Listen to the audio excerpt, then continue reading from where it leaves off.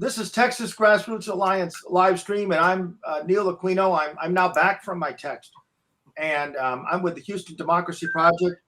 Alexander Montalvo with the Texas Grassroots Alliance, Tarrant for Change, and we've been doing these broadcasts.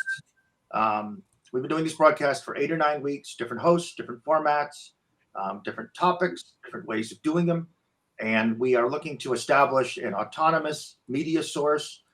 As we go deeper into the election, things that can't be cut off, things that we have control of, pro-democracy, autonomous media force for the Grassroots Alliance. And all three of us here are Texas Grassroots Alliance members. Our guest, Egberto Willies of the Politics Done Right broadcast in Houston, KPFT, YouTube, Egberto Willies YouTube channel. But we're discussing today his book, Tribulations of an Afro-Latino Caribbean Man. Hello, Egberto. Thank you for having me, Neil, and thank you for giving me the opportunity to discuss my new book. Right. Well, you're always providing opportunity. Your show is extremely open, and your two shows are always provide opportunity for activists, for grassroots folks, for rank and file folks. You even occasionally have an elected official on. We haven't stooped so low here at Texas Grassroots Alliance live stream, but maybe someday we'll take the plunge. So we have a chat. We ask folks, if you have a question, please make a comment or a question in the chat. We'd be very happy to hear from you. At this program, share it, watch it, share it afterwards. It's going to be available. Egberto, you told me you were going to put it on your YouTube channel. Is that correct? Yeah, that is correct. I'm going to frame it, and we're going to get it there as well. So absolutely so. Okay, that's good. It's going to be a good. It's going to enhance the quality of everything. So it's going to be a good program. And Egberto, tell us who you are. Well, I'm Egberto Willies. I'm originally from Central America and Panama specifically. I came to the United States in the early 80s, late 70s to go to college.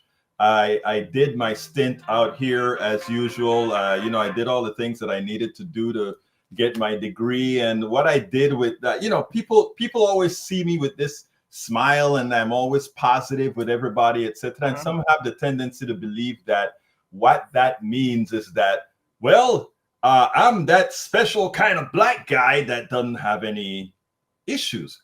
Sure. Well, I always tell people that no.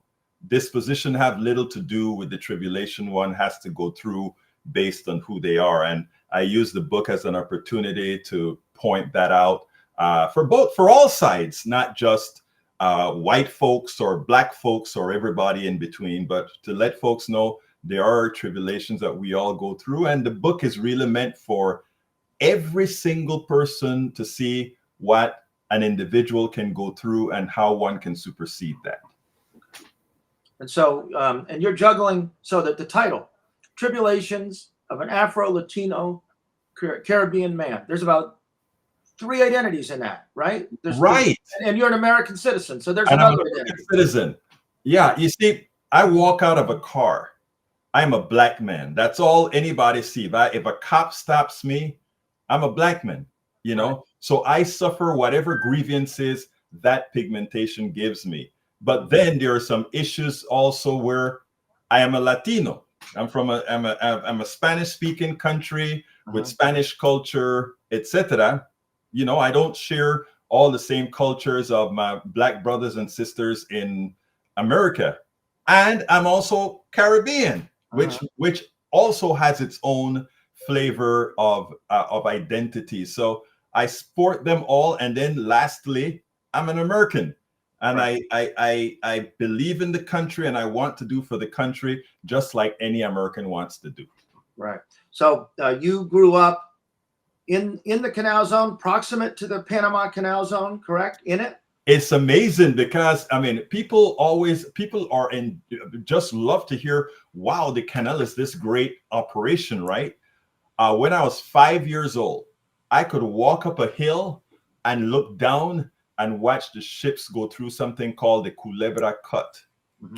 which is the biggest cut between mountains that was done for the Panama Canal, and watch the ships go through. Okay. What tourists do there, I did whenever I just wanted to go up a hill and take a look. So So John McCain, for example, was born in the Panama Canal zone. Yes. Right? So he was an American citizen. If you're old enough, yes, there used to be delegates to the Republican and Democratic National Committee conventions from the Canal Zone, just like from Guam or Puerto Rico or one of our territories. Right. So, were to your knowledge, if you were born in the Canal Zone, were you an American citizen? There are two kinds of people that live in the Canal Zone were called Zonians, okay? Mm-hmm. And there are two kinds of Zonians. There are the American Zonians, and then there are the native Zonians. In other words, if you had a certain level of employment on the canal, you were offered the opportunity to live on the Canal Zone, even as a Panamanian. Okay. So we were Panamanians living on the Canal Zone. Right. So in as much as John McCain was born in the same exact hospital that I was born in, right, Pocosolo, guess what? He had an American passport. I have a Panamanian passport. So did the law, why? If he was born on American soil and you were too, what was the law? What was the difference? The Canal Zone isn't American soil. It is leased by Americans for 99 years or in perpetuity. That's how they defined it. That's how they defined the Canal Zone. The Canal Zone wasn't American territory. It was leased to the Americans, just like they lease bases in Japan or lease land in France and all these other places where we have bases. That's all it is. So notice that whenever you were born in France, or if you're born in Germany or whatever, you go to the consulate to say you were born of American parents, so you want to ensure that your kids are native-born citizens of America, even as they were born in a foreign country. And that's what gave McCain his U.S. citizenship and not Panamanian citizenship, because in reality, he's a Panamanian. Right. Okay. So that's really interesting. And if you're, we won't bog down on this, but if you're old enough, you remember the fuss over the Panama Canal Treaty, right? It was Jimmy Carter took a lot of political heat, and Ronald Reagan, he wanted to give it back, and Ronald Reagan said, "We paid for that canal," right? It was a jingoistic, nationalistic issue. Mm-hmm. It is amazing, because the reality about the canal is stark. I mean, Panama wasn't a country in 1903. It was actually a province of Colombia. Mm-hmm. United States asked Colombia to build the canal. Colombia said, hell no. The Lesseps and France was already attempting to build a sea level canal then. But then, the United States, remember, speak softly and carry a big stick. Right. The United States got some rebels in Panama to create a revolution, and to stop Colombia from enforcing their territory. They parked a battleship outside in Colón, the city that I'm from, right, to let Colombia know with no uncertain terms, Panama is a new country. United States recognized them immediately in 1903 and signed the Panama Canal Treaty in 1903 with people that weren't actually Panamanians. Right. Okay. And did you interact with Americans? Was there a Michelle Davis from Lone Star Left, a great TGA member, says hello. Lone Star Left, subscribe to her Substack, pay for it, subscribe, buy Egberto's book, and grassroots organizers need resources, and that's one of the themes of our program. Did you interact with Americans? Was there a yes? Yeah. I mean, when we moved into I was born on the Canal Zone. My parents lived originally in Colón, and then when my father got a bigger job, he then moved into the Canal Zone. And so while in the Canal Zone, Panamanians lived together. There was segregation. Panamanians lived together in communities that were actually substandard now that we know it. and Americans live in other sections like Margarita, Gatun. Those places were for Americans.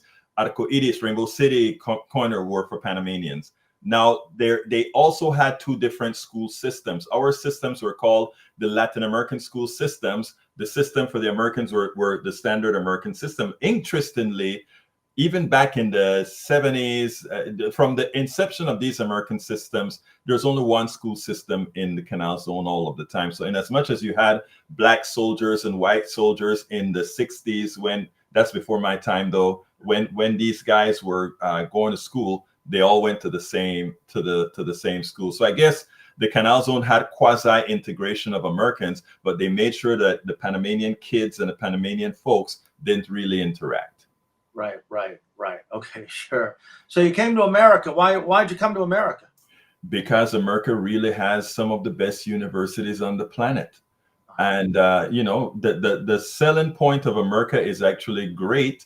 And again, the universities are great. And what most Panamanians are that went to the Canal Zone, the next place that they usually come to is the United States for an education. If they don't go to the Panamanian universities and decided they want to sort of expand their horizons, a few would also go to Brazil or Spain, but most actually came and went to the United States because, again, the United States has a great college education system that has always been very well funded. Not so much as now, but has always been very well funded. Mm-hmm. And so you went to UT. You went to University of Texas, Austin. Yes, interestingly, I came here on a music scholarship to be an engineer. Okay.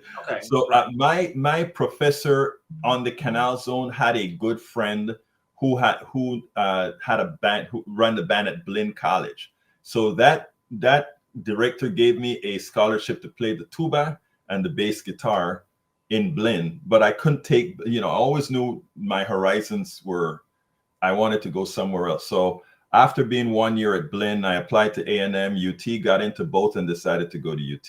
How do you get started with the tuba? Why'd you play the tuba? Back in high school, I was our band had one tuba player and I was a big guy and I played the tuba and we marched with the tuba. We did everything. So I started out playing that in high school. But I tell you a little secret. I was never a good reader of music. I always had somebody play the part for me. I mean, it's funny. I play music by ear mostly, but, and that's the same thing I did here at Blinn. So I always felt a little bit, Is there such a thing that, as a lover of the band program and being a former band student, there's a known knowledge that you always respect the tuba players. There's something about tuba players that are the coolest. They carry the heaviest instrument. Yes. And so it tells you a lot about a tuba player because they are high quality folks. I love Alex, man. You the tubas, that's right. Right. Oh, is there tuba solos? Is there music specifically written for tubas? Yeah. And in fact, if you listen to a whole lot of Mexican music, you have the Mexican music that usually has a good starring tuba line, and doom, doom, doom, doom, doom, doom. Yeah. Oh yeah, definitely. I wish I could remember the name. There's a New Orleans-based brass band that plays a lot of tubas, and they do a hell of a cover of Joy Division's "Love Will Tear Us Apart" with tuba. It's just great. I got a quick question, Egberto. Neil, I wanted to ask Egberto something. There's this musical connection, right, with the Latino culture. Your book is about you being a Caribbean Afro-Latino man. And you talked about how there's, definitely a distinction between you and other Black community members who are born in the mainland of America and not a part of the Latino community. I would love to get your perspective just because of this history, because of the experiences you have. How has that been navigating the Latino community and the Black community? What are some of the things that you feel are crucial for folks to understand what it truly means to be Afro-Latino? And let me add to that. Let me add to that. You wrote of an Afro-Caribbean Latino solidarity. Yes. In your book, right? So let me add a dimension to that identity question that Alex had. I think that's great, and that's an important one. And I tell a story about being at UT that tells that story. I told two stories, one being at Blinn and one being at UT. So I'm going to try to combine those two stories. And it goes as follows.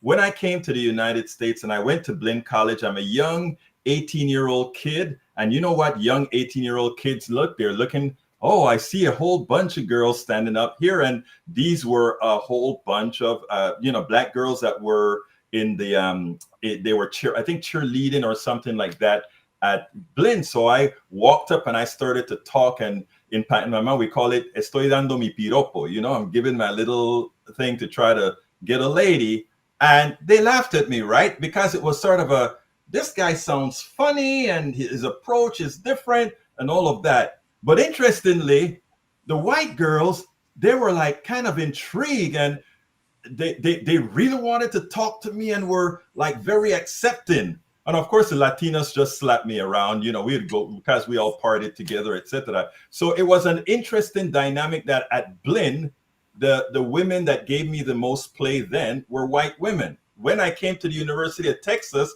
the first place I went to was an institution, meaning the group that I was going to be a part of was the Afro-American Culture Committee. I said, okay, I'm going to go to UT. I'm going to become a member of this committee. And one of the things that happened then was, it was during the Martin Luther King times. And after we all started talking, I said, hey, but I'm kind of a Malcolm X guy. I believe in not asking for your liberty, but taking your liberty, right? Taking your freedom. It didn't go over too well in that room that I said something that they took as a slight on Martin Luther King, which it wasn't. It was just saying a different tactics. And they really got into me, and they were like, you ain't one of us anyway. You're a damn import. And that stuck to me like, you know what? You're an import and you are not from here and you don't get it.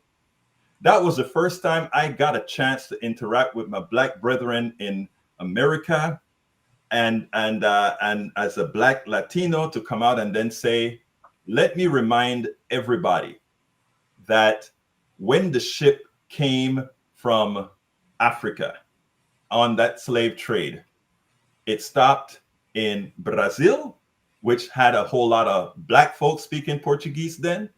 It stopped in Panama and Costa Rica and all these other places where you had brothers speaking Spanish.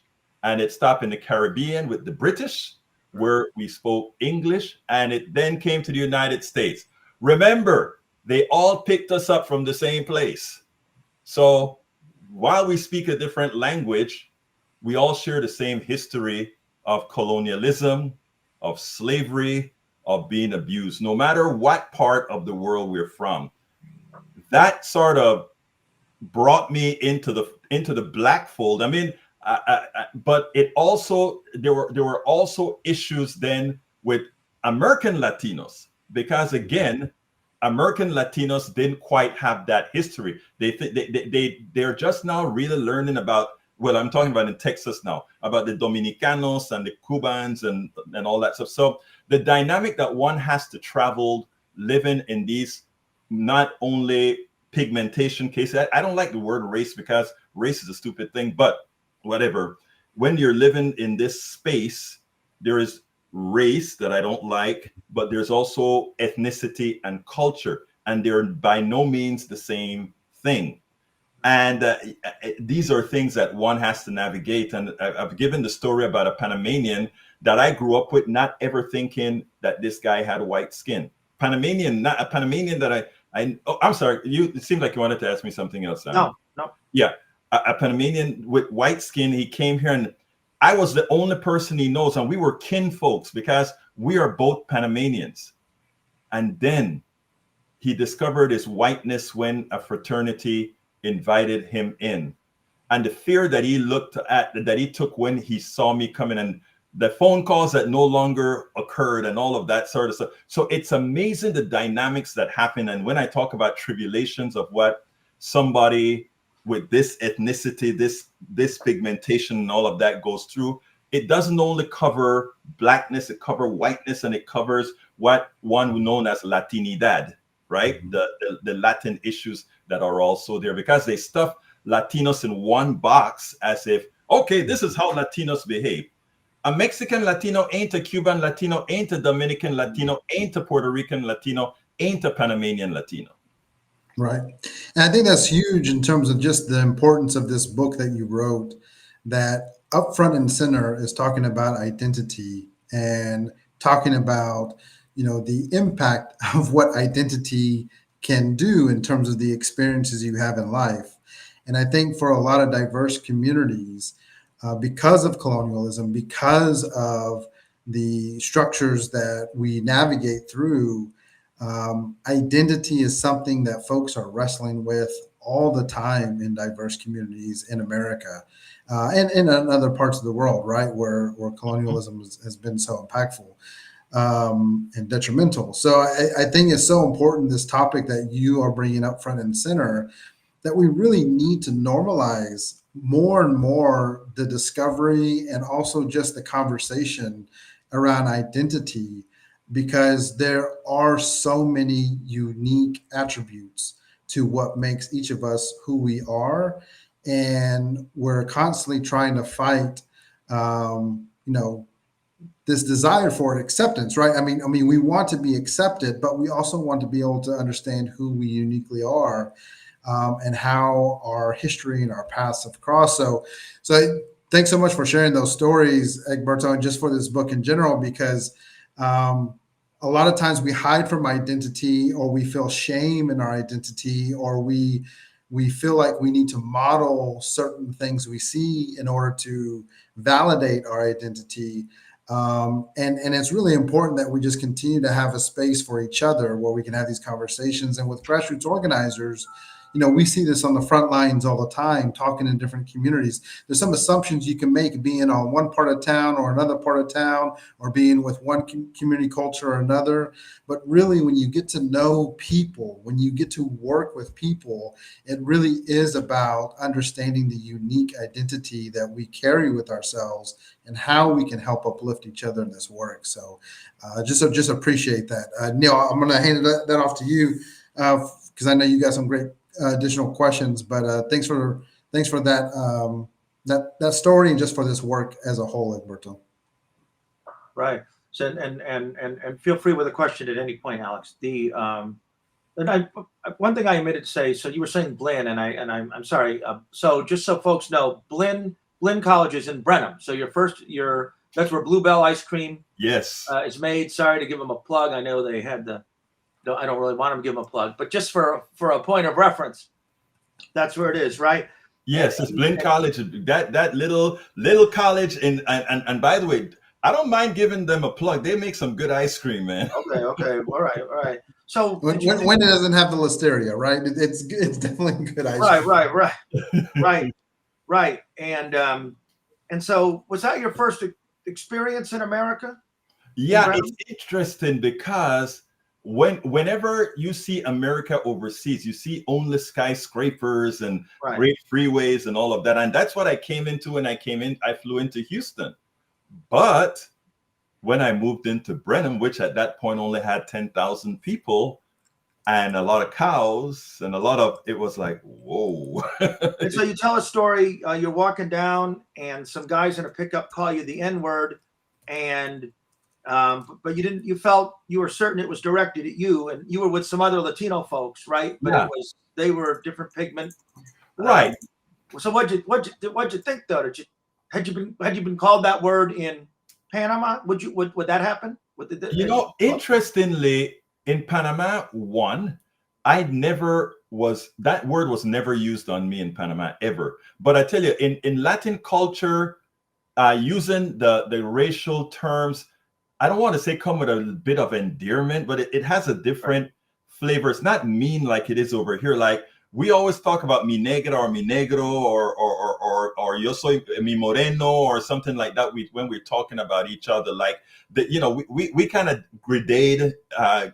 give different gradations to complexion, right? But really not in a very evil way. I'm not saying racism isn't there, but it has a different connotation when it comes in the Latin culture. But there, it was shocking when the guys shouted it out from the pickup truck. And I am sure because these were mostly very light-skinned or white Latinos that I was with, they hadn't a clue of what was actually going on. I think two of them, if I remember, they were from Argentina, Ecuador, and Guatemala. Those were the three countries of most of the people that I hung with at Blinn. And so that's where it came, that's when it did happen. And, they didn't have a clue, but I knew exactly what was going on, right? While I wasn't called that in Panama, I saw Shaft, Right. in Panama. Right. So we're 26 minutes in. It's going to be a 60-minute program. This is Texas Grassroots Alliance live stream. We do these shows generally twice a week. They're available on the TGA Facebook page, YouTube page. You can go back and watch previous broadcasts. We've talked about a lot of topics. We've had different guests. We have in the chat a link to Egberto's book, Tribulations of an Afro-Latino Caribbean Man. We have a link to the Politics Done Right a website. Go there, buy the book. What are some ways that you can buy the book? If you simply go to Politics Done Right /books, that gives you the easy way to get the books. One link, politicsdoneright.com/books, not only gives you this particular new book that I have, but the other books that I've written. So it's a good place to pick up on getting the book. Of course, you also get to the site where we do our radio show, which of course you have been a mainstay on, Neil Aquino. He's a beloved member of the Politics Done Right family on KPFT every single Thursday, which we enjoy. I think he has his posse over there now. I appreciate the hospitality of you and the studio crew and the callers over there. And again, it's grassroots advocates supporting each other. And if you're a grassroots leader, or please get in touch with the Texas Grassroots Alliance. We'd love to have you as part of the networks. We have featured so many different guests across the state, and smaller towns as well. We're talking about Fort Worth and Houston here, but we have members in New Braunfels, Texarkana, Galveston, Waco, rural Texas, and so we want your involvement. And at that geographical diversity and big city, small city, urban, suburban, rural diversity is also very, very important to us at the Grassroots Alliance. So you're done with college. What's next? Well, that is, and a lot of what I put in the book is, okay, after college is when real life begins, right? That's when you decide the employment that you're going to have. That's when you decide if you're going to be in business for yourself. That's what determines a whole lot of your life. And so a lot of the stories that I tell in the book are all the different things that occur after college. Yes, I had my tribulations in college. Yes, in college, teachers took you for granted. Yes, I stood up to teachers, etc. All of that happened. But the real life begins after college. And from the beginning, when I got into the workforce, it was all there to see. Most people, when they get into the workforce, we just accept things. We accept things for how they are. The only things I accept for how they are is when I'm around a cop. And that is because, well, we all know, cops are always right? And in our society, it seems like cops are always right. So we give them the benefit of the doubt till we get them in court, and we hope we can get dispensing then. But when it came to employment, I was never a pushover. And what I do in the book is I try to show some of the stories that happens to people. For the people of color who read those stories, they're going to understand it immediately. For my white brothers and sisters who read the story, some of that stories they're going to say, God, I saw that, but it didn't even ring a bell. And I think that's in your last chapter. You wrote this book for two separate audiences, right? You just delineated that. Yes. Right. So dig a little deeper into that. What are you hoping that the disparate audiences will get? And then are there things in the book that you hope both audiences will equally conceive? Yeah, well, you notice I said two audiences, really, a people of color audience and a white people audience. And let me tackle the people of color. Like I said, they're going to read the book. And for the ones that are not, that haven't bought into the fallacies of America, that's a great melting pot already, they will get it. Now, for my white brothers and sisters, this is the kind of stuff that I want to reach at. Right now, there's an anti-DEI movement, as if we don't need that. It's reverse racism, etc. Because many really don't see that racism and prejudice and lack of opportunity has taken a different form. Mm-hmm. And what I've shown, I think, in the book, with all the things that have happened with me in business, employment, and just existence, a lot of things that people won't see on the outside, they'll see, oh, I can see why that is needed. Let me give a perfect example. When I'm not going to give the NASA example right away, but let's just talk about me being in business. When I decided to go in business, I had a successful business. I just didn't have cash or capital. I went to the bank with a friend of mine. Both of us were going to apply for a small business loan. Uh-huh. He got into the bank. And by the way, he's a good friend, but he was a coke addict. Okay. Mm-hmm. This white guy, and he went into the bank and they made him fill out paperwork, etc. It was easy for him to get the small business loan. I went into the bank. The guy said, "You had any collateral?" No. He said, "Don't even bother filling out the application." So right then and there, I formed my company on credit card debt, 18, 20, 25% interest rate. He formed his company on 6% interest rate. Somebody can say, well, you got the loan, he didn't, no big deal. But he got a privilege that I didn't.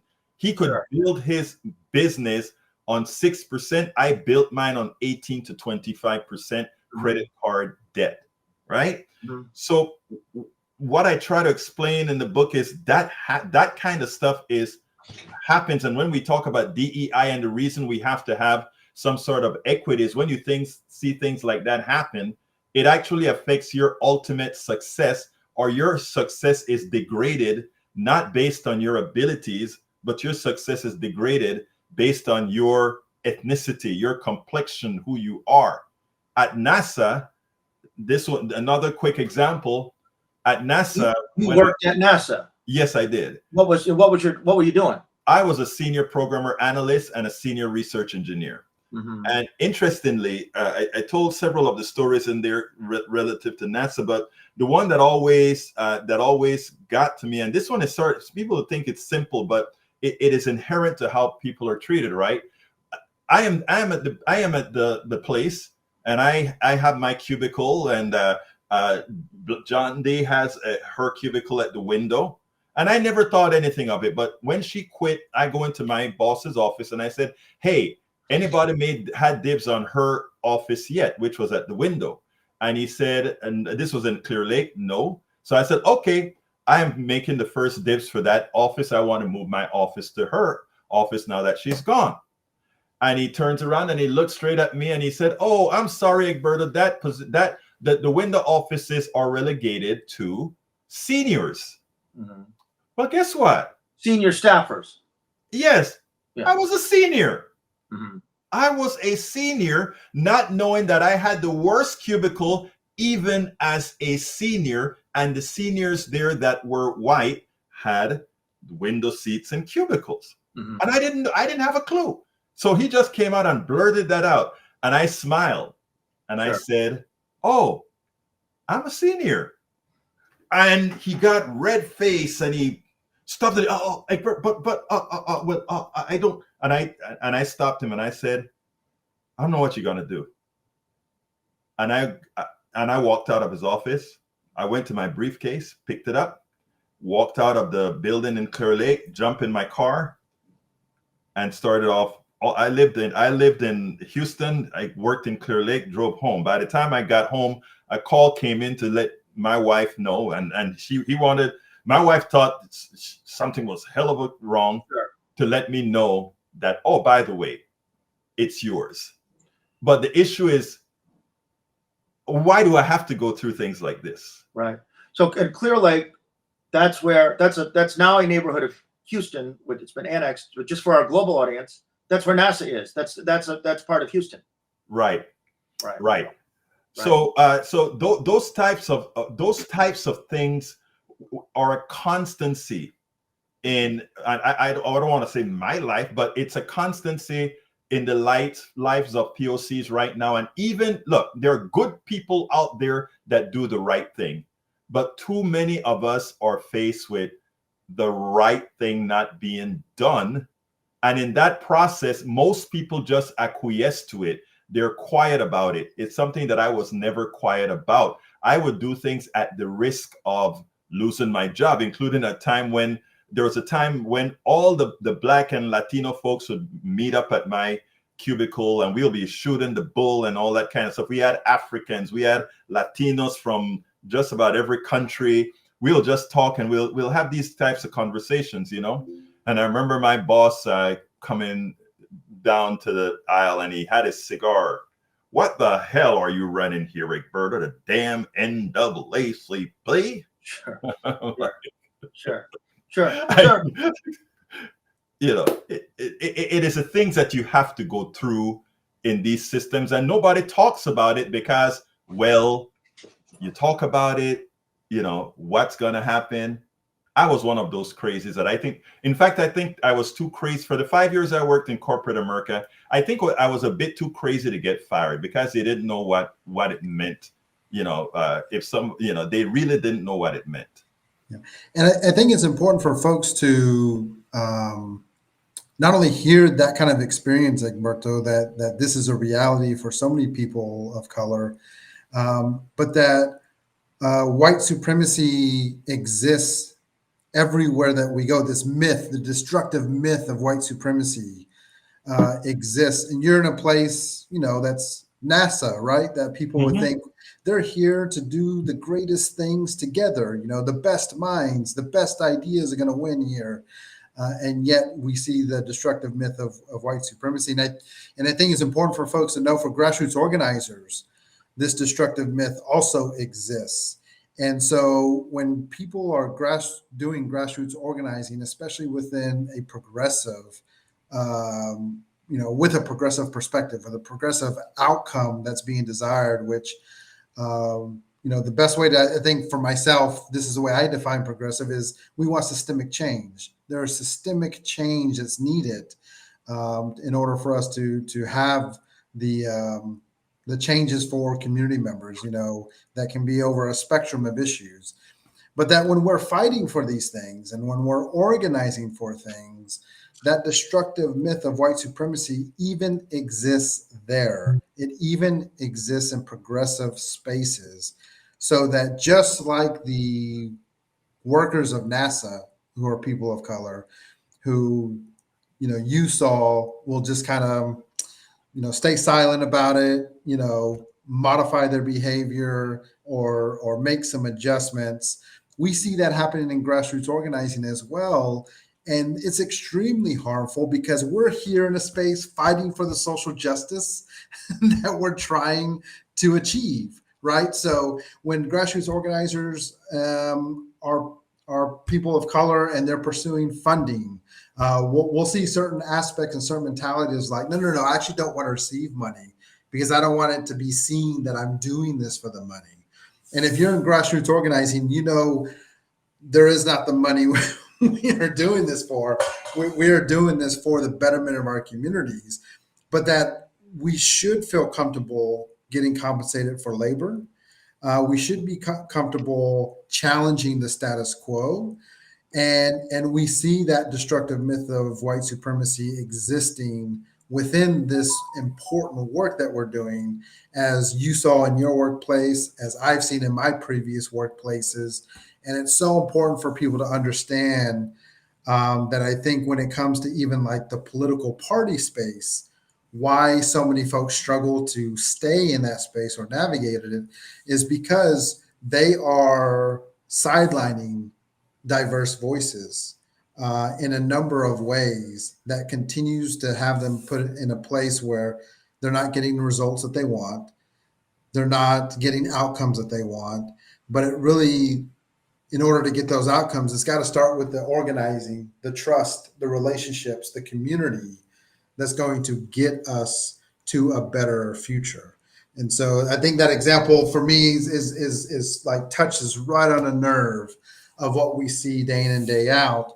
And I'm curious to kind of, as you reflect on that experience in the book and reflect on this experience, here on the live stream, how do you still see that showing up in organizing spaces and the work that you're doing today? Oh, I mean, you touch on a very important thing when you talk about it. It even comes with contributors to grassroots organizations, right? I want to put this in the right context. I have in politics done right. I'm going to kind of shift a little bit, if you allow me this. That's your program. Yeah, that's my program, Politics Done Right, and it is well designed. It is connected using social media networks, and it's a complete turnkey thing, right? And the truth of the matter is, I'd love to expand that, because as I told the group yesterday, we should have the mainstream media is not for us progressives, because we don't fit the neoliberal profile. So it is something I would love to replicate by the hundreds. We'll have a lot of folks doing these things, and then we get that intersectionality of different folks doing it. I'd love to do that. Right. But all of that takes funding, right? And I find it interesting that people that don't have that entire picture, and by the way, when I talk about having the picture, I'm not only talking about having the picture of what I'd like to do, but having the picture of what I am doing. So it's actually effected already. The procedures is there, the interactions are already there. I have a small group of people that believe in what we're doing and do some support, but it doesn't near cover everything. And based on what I know, people always talk about progressives being the way progressives are. We believe in inclusiveness and that sort of a thing. Sure. You would not imagine what percentage of my supporters are actually on the conservative domain, as opposed to the progressive domain. And I see so many progressives out there, and I don't want to disparage this, but I want to say it in a form that says that, they do here and there stuff, and they get easily funded, right? Mm-hmm. But somebody like my complete turnkey system fight like hell to first get respected, and second, trusted that they feel you deserve to have this.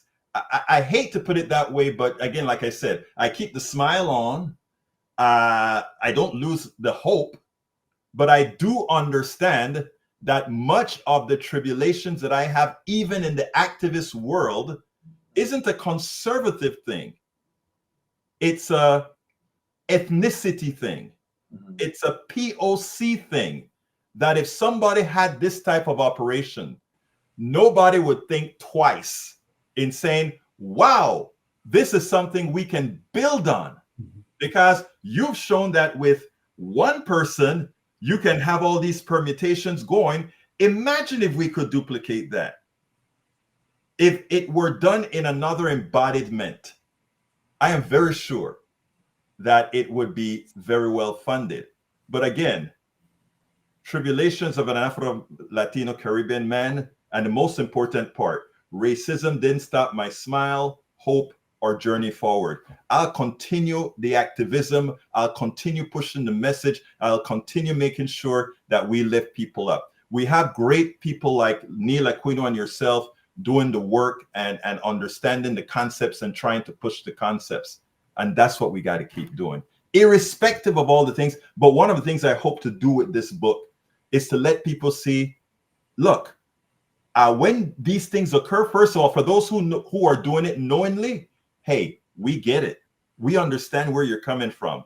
And with the hope also of enlightening those who don't realize that these things happen. Yeah, I will.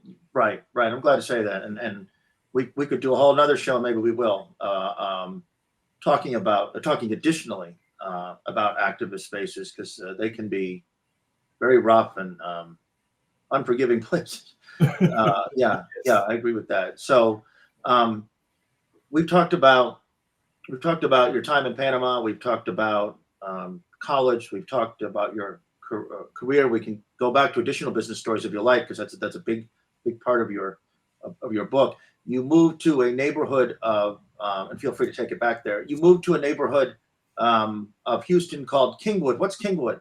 Why'd you go there? Kingwood is a nice woody community that when I moved here in 97, I think, was pretty damn white. And it's part of Houston. Just to make sure, it's a part of Houston. It's one of those places where they don't necessarily want you to know that. Right. But it is. It is a part of Houston, and they raised hell when Houston annexed them, because they wanted profit from the oil business that is centered in Houston, but they didn't want to be associated with those people. They're a bit too different. They're a bit too, well, you know what. Right. So they raised hell as they were annexed. But remember, there ain't no Kingwood without Houston. Right. There aren't these high salaries of these folks who live in Kingwood if there was no history. You see, those are the things that people don't think about, that activists like yourself make people realize. But anyway, so I came to Kingwood, and yes, it was at that time, I mean, it was it is still a very white community. It's not as much right now. I mean, it's not, it still is, but there are a lot of people of different ethnicities that are moving in, that have moved in since then. But one of the reasons that I moved here is not only that it was beautiful with the trees. I love the trees. You know, it was kind of green in the summer, like it is in Panama. Not as green, but kind of green. Right. And also the school system was very good. So I wanted my daughter here for that purpose. Mm-hmm. There was extensive flooding in Kingwood, wasn't there, for Harvey? Yes. When we had the flood from the last major flood, most of my neighbors were actually flooded. I kind of live on the peak, so I got saved by probably 4 or 5 feet. But the whole neighborhood, when we went and checked on friends' homes, we checked on friends' homes in canoes. And this was Hurricane Harvey. This was in August of 2017 for the audience. Yes, that was Harvey, and it was really, really bad. And interestingly, in as much as Kingwood didn't want to be a part of Houston, Sylvester Turner, one of the first places he came was to Kingwood to make them whole. And even as they were shouting at him here in Kingwood, he made sure that Kingwood got cleaned up first. Do you think, you may not know, but do you think other neighborhoods in the city got an equal treatment? No, absolutely not. Just the audience, Sylvester Turner, Black Democrat, mayor of Houston at the time. And that is where people have to understand ethnic dynamics in cities, and it is complex. You know, it is like you know, people always talk about integrating the police force, right? They always talk about getting more Black officers on. Do you think I fear a white officer more than I fear a Black officer? Do you think I fear a white officer more than I fear a Latino officer? I fear a Latino and Black officer much worse than I fear a white officer. How come? How comes? Because it's the system. The system tells you that that Black officer and that Latino officer feels more accepted if they can show that they have really given it to those who look like them, because they are now a part of the family. It's a dynamic very few understand. But that I've seen, if you have any doubt about that, remember what happened, I think, in Tennessee, the kid that got beat the crap out of in Memphis. Yeah, that's all you have to see as an example. Or if you take a look at every time you see white cops beating up Black bodies or POC bodies, see how many of them actually say, back off a little bit, back off a little bit. Never happens. So we have to understand the dynamics of power, and that is what few understand. There's a term that activists. Oops, I think it's internet. Alex is he's temporarily frozen. So so you're okay. So along that theme, chapter 19 of your book the intersectionality of police, justice, and people of color, right? So Right. This is something you've consistently talked about, and you have talked about encounters that you've had pulled over. Yes. In fact, I spoke about that encounter when this white officer pulled me over, and I'm very respectful to officers, Right. period. I mean, they have the gun and they have the DA generally on their side. So I understand the power dynamics. So I'm always respectful of I make sure and let them see my hands. And I spoke to this guy. This guy was smirking because he saw how careful I was. He had no fear of me whatsoever. This was in Houston. This was near the studio, right? This was near KPFT. In the Houston neighborhood, inner loop neighborhood, and I really got stopped just for who I was, and I understood that. And he gave me some ridiculous reason that he was stopping me, but I knew it was really to check me out, and that's fine. So he stopped me to check me out, and I was respectful to him, and he was very, very respectful to me. And for me, it was shocking. So I drove off, and then I drove back in. Maybe a stupid thing to do, but I did.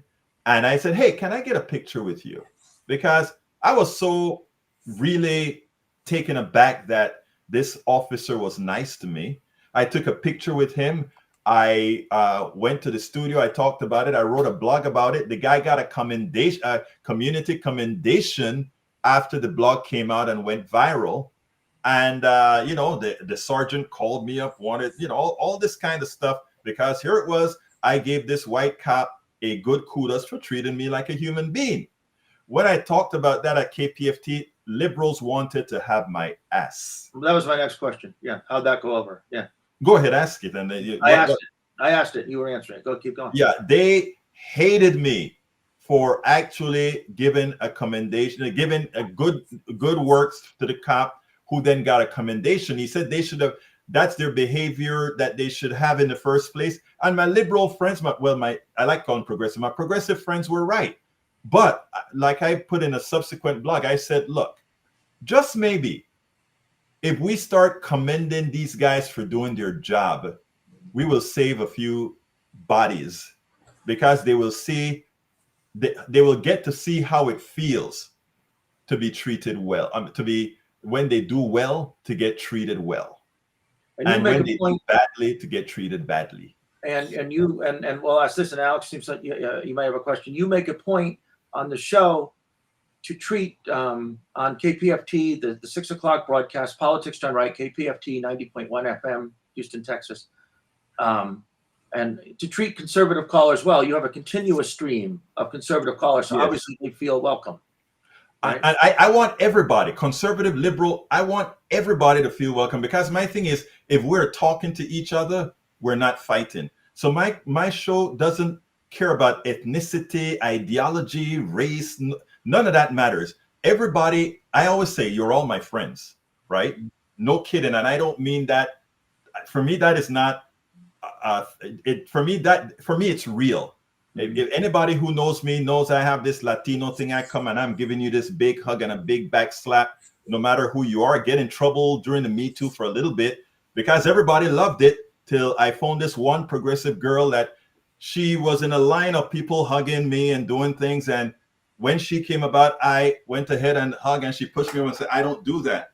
And in my mind, I'm like, oh, shoot, my God, what did I do here? Me Too, all that kind of stuff. And, so I stopped doing it. I stopped the hugging way that nosotros somos de Panama, that kind of a thing. And then my friends started saying, what the hell happened to you, Egberto? You're not the same jolly guy anymore. How do you make one person, and that a damn progressive person, one person change who you are? Then I decided, okay, I'll try to just kind of look a little bit more if the person is getting hesitant when we behave the way we behave. So that's about it. Alex, what do you got? Yeah, I think this topic between the interaction with officers and talking about the distinction between, different officers, whether white, black, Latino, and then also just this interaction just continues to highlight for folks the just absolute complexity of navigating the world as a person of color, but also all of the identity and ethnicity and cultural impacts around what develops behavior and what develops our approach and develops our thinking. And we really limit ourselves when we try to get a groupthink approach implemented around any issue or around any interaction, because it's actually through our diverse interaction, our diverse ideas, our diverse backgrounds, and how we're, developed different behaviors or approaches or things like that help us discover what is the path forward, help us test out and think through different ideas. And I think a lot of times we restrict ourselves when we overly condemn a singular act when someone is navigating this immense amount of complexity that you've been highlighting throughout this conversation, Egberto. And we continue to find ways to communicate this, to be able to account for various aspects, and people get frustrated with new terms, or they'll get frustrated with different things.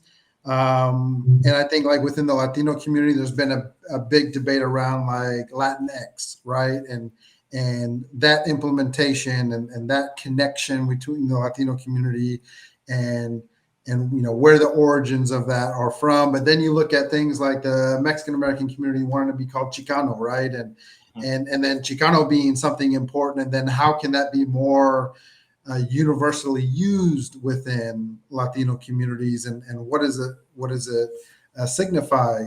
And then I don't know if you're aware, but in around 2018 in Mexico, they started using a term called whitexican to criticize the lighter skinned, more affluent community members within Mexico, and how much they are dominating in terms of the resources and the colorism that happens, but also white people who move to Mexico or are born in Mexico and have, elite status within the country's communities.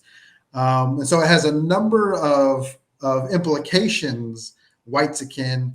Also, it could be someone who's not light skinned. It could be someone who is dark skinned, but who is leaning into white supremacy and that destructive myth as a way of being accepted or navigating or moving up. But it's trying to identify the complexity around what people are doing and how they are being supportive or destructive.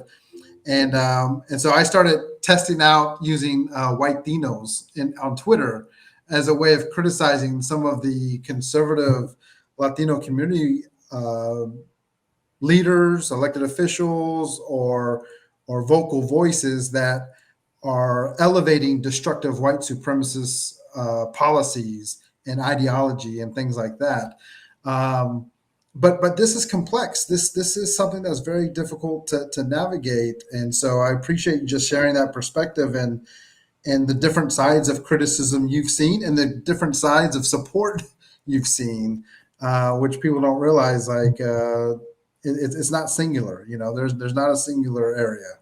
So before you answer, Egberto, so we're at 59 minutes. We talked 60. If it goes okay with my colleagues, we'll end at 75 minutes. So we'll start the descent to that end, and that'll give a frame of reference for our viewers. Does that work with your schedule, Egberto? Sure. Okay. So you were going to respond to Alex's comment, or maybe not. Oh, I think what Alex just mentioned is important, more important. And so let me tell you something that I always what I go ahead and say, Alex, and that is, I want us to be in a position where everybody is allowed to make mistakes, whatever kind of mistakes it is, ethnic mistakes, racial mistakes. I have made them. Okay, sexist mistakes. I have made them.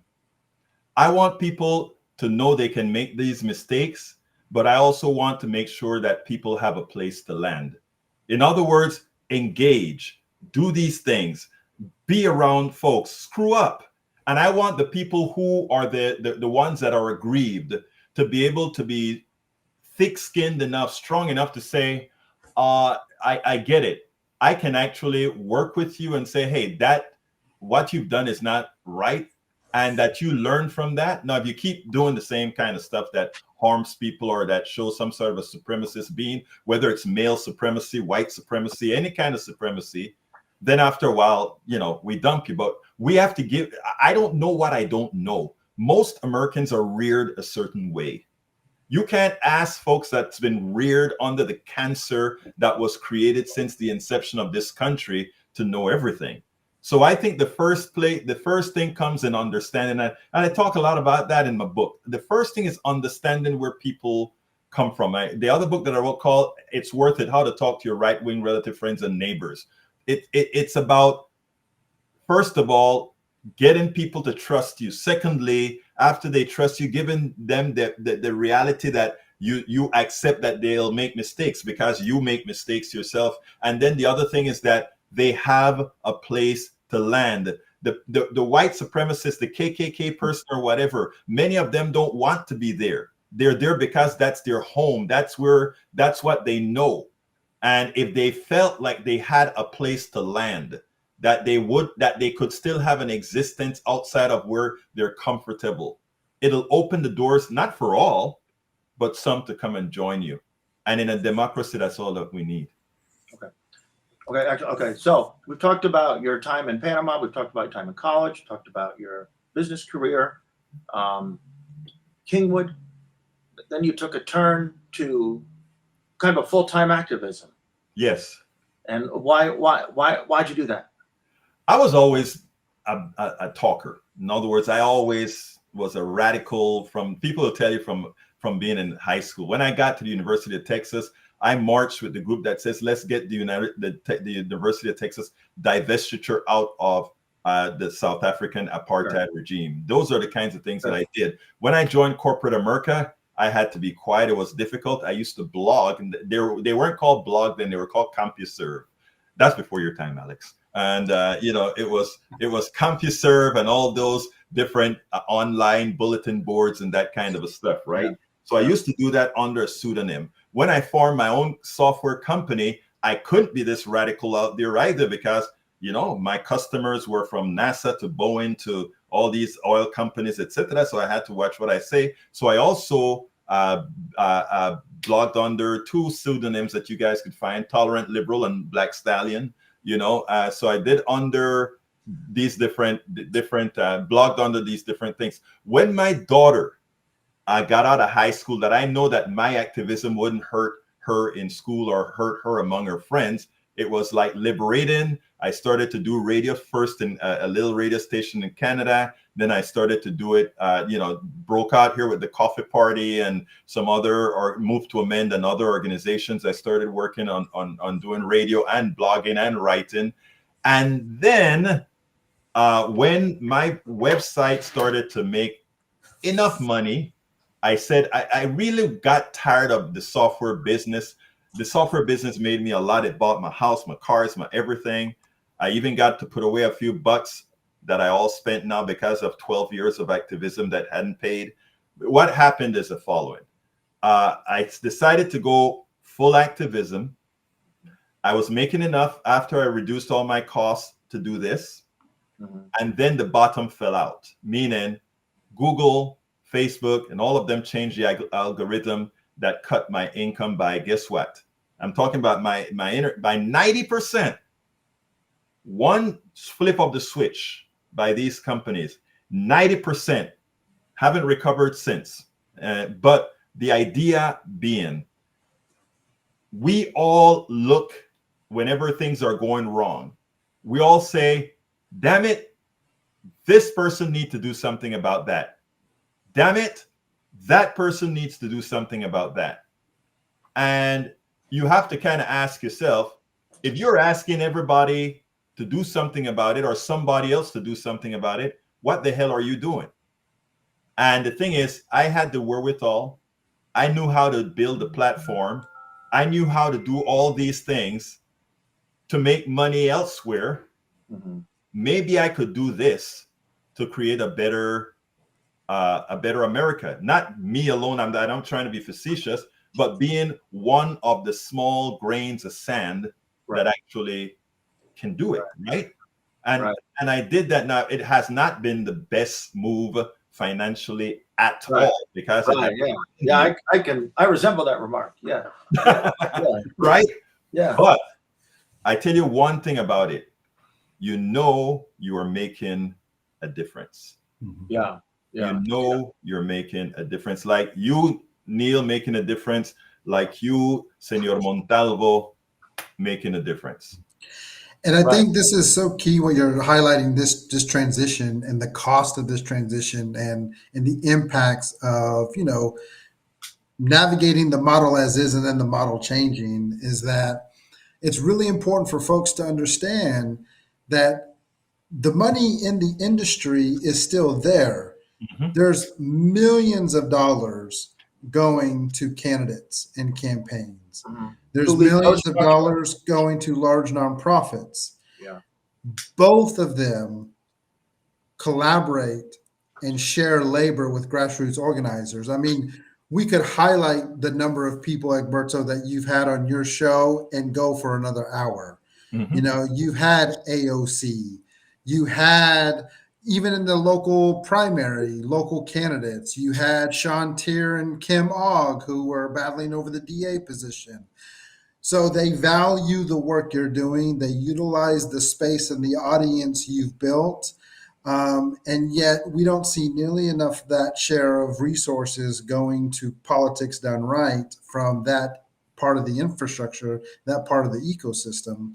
And then large nonprofits have also benefited from your work. And I know you've highlighted amazing organizations like the Poor People's Campaign, which may not be an example of someone who has all the money in terms of this work because of what they're doing as well. But there are large nonprofits who have also benefited from your work. And we really need people to understand that the decisions they're making, either in their contributions, in their donations, or in their support, makes a huge difference. And if 10% of the current market share went to grassroots organizers, we'd be set. We'd be set. And not only would we be set to be able to sustain the work, we'd be set to change the world in the ways we're all trying to do it. That's how little we need to make the adjustment, but it's how impactful that adjustment would be. I agree wholeheartedly. And if that, I mean, I think one of the things that we have to do, and I think with this group, Alex and Neil, highlighting those realities. People don't know what they don't know. They don't know this until we tell them, because there are others who have stories and the money to market those stories to tell. What we have is doing it one group at a time, one Facebook thread at a time, one YouTube thread at a time, one tweet at a time, and we multiply that and grow geometrically. So we're gonna land the plane here, and I'm gonna wrap it up. And then Egberto, if you have at the end, since we're here to highlight you, just a final 30 or 60 seconds that sums it up for you. This is Texas Grassroots Alliance live stream. We've been doing these shows for 8 weeks. We're going to continue to do them. The goal, as the last conversation sort of spoke to, is to create an autonomous, independent, financed, monetized, impactful, creative, hopeful, progressive, pro-democracy, diverse media space, diverse in many senses of the word. And these shows are visible on the TGA. You can donate right there to the TGA. You can donate to or contribute to Politics Done Right. Go to the website, buy the book, Tribulations of an Afro-Latino Caribbean Man, and other books that Egberto, my effort, has written. My effort is the Houston Democracy Project, HoustonDemocracyProject.com. You can go there and donate as well and read the daily blog content. The Texas Grassroots Alliance is a network of grassroots leaders and who are mutual aid, supporting each other for all the trouble that's ahead, and also so that we can use our abilities and our talents. That's a big thing in life, and I stress that, I think, every time that people need the forum to use their abilities and their talents And sometimes, as an old punk rocker, the best way to see the band you want is to book your own hall or form your own band. And that is true here. We'll be back with more. This program is visible on the Texas Grassroots Alliance YouTube, Facebook, and Twitter channels, and it will also be available on Egberto's YouTube channel. And we're going to continue to be back with different programs as we go on. Have I hit the high points, the salient points, Alex? Okay, that's great. So Egberto, perfect. Absolutely. Egberto, wrap us up, close us out. First of all, I want to thank the Texas Grassroots Alliance for having me on today to not only discuss my book, but also our progressive movement. Thank you so kindly. Please visit us at politicsdoneright.com. You can get my book at politicsdoneright.com/books. Yeah. Thank you so kindly, Neil. Thank you so kindly, Alex. This has been a very enjoyable experience. Okay, appreciative of your time. Buy the book. It's a great gift, too. Excellent Mother's Day gift, Father's Day gift. Buy bulk copies of Egberto's book. Move it up the list. And okay, this has been Texas Grassroots Alliance live stream. Thank you for everyone for watching and your support. And we will be back at you soon. We spend a lot of time deconstructing the news, trying to parse it into a form that everybody can understand. We try to find those little nitpicks where it flies above the fray, etc. If you really like these videos that we do, I want to ask a big favor. Please go ahead. Number one, subscribe to our channel. And number two, please join if you can. Thank you so kindly for watching. Keep watching. Please remember to share. We must populate the entire internet with our progressive message, a message that we know is what most Americans say that they want. So help us, please join.